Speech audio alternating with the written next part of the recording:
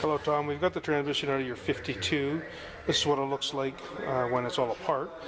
I'll go over a couple things with you quickly, and Eric or Amanda will contact you with the cost estimates. We'll start with the pan. You can see the material that's inside the pan. The gray coating is normal, but we shouldn't have these big piles of material. You can see how much material is in there. That's just not supposed to be there. That's too much, especially with a fresh transmission. That shouldn't be there. So that material, we did find some areas that material probably came from, so we'll look at addressing that. This is a shift kit plate, so the separator plate. We know that there's a shift kit installed, so to combat your engagement issues, the pressure regulator spring is going to be right here, and we'll replace the shift kit spring with the stock spring, and that should calm everything down. This set of clutches comes on for your intermediate, which is second gear. They're not burnt.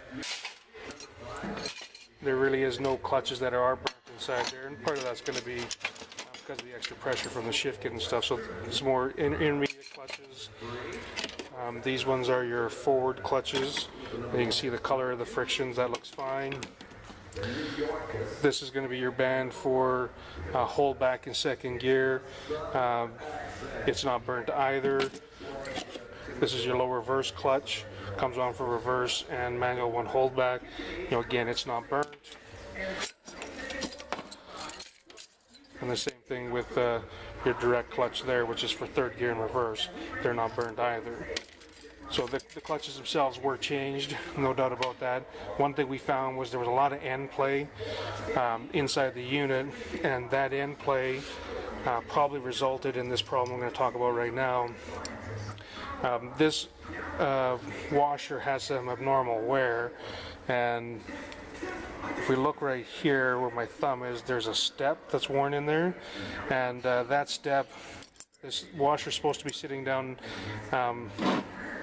like that, and what happened is it would have come out of its groove a little bit like that, and then this washer side here has machined away some of the planetary. So if we look at the surface right here, there's a step, and that step is not supposed to be there.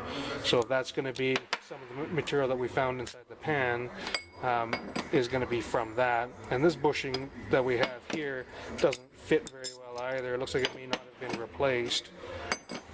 So if we put this on, you can see how much movement there is in that bushing. That bushing is going to need to be replaced.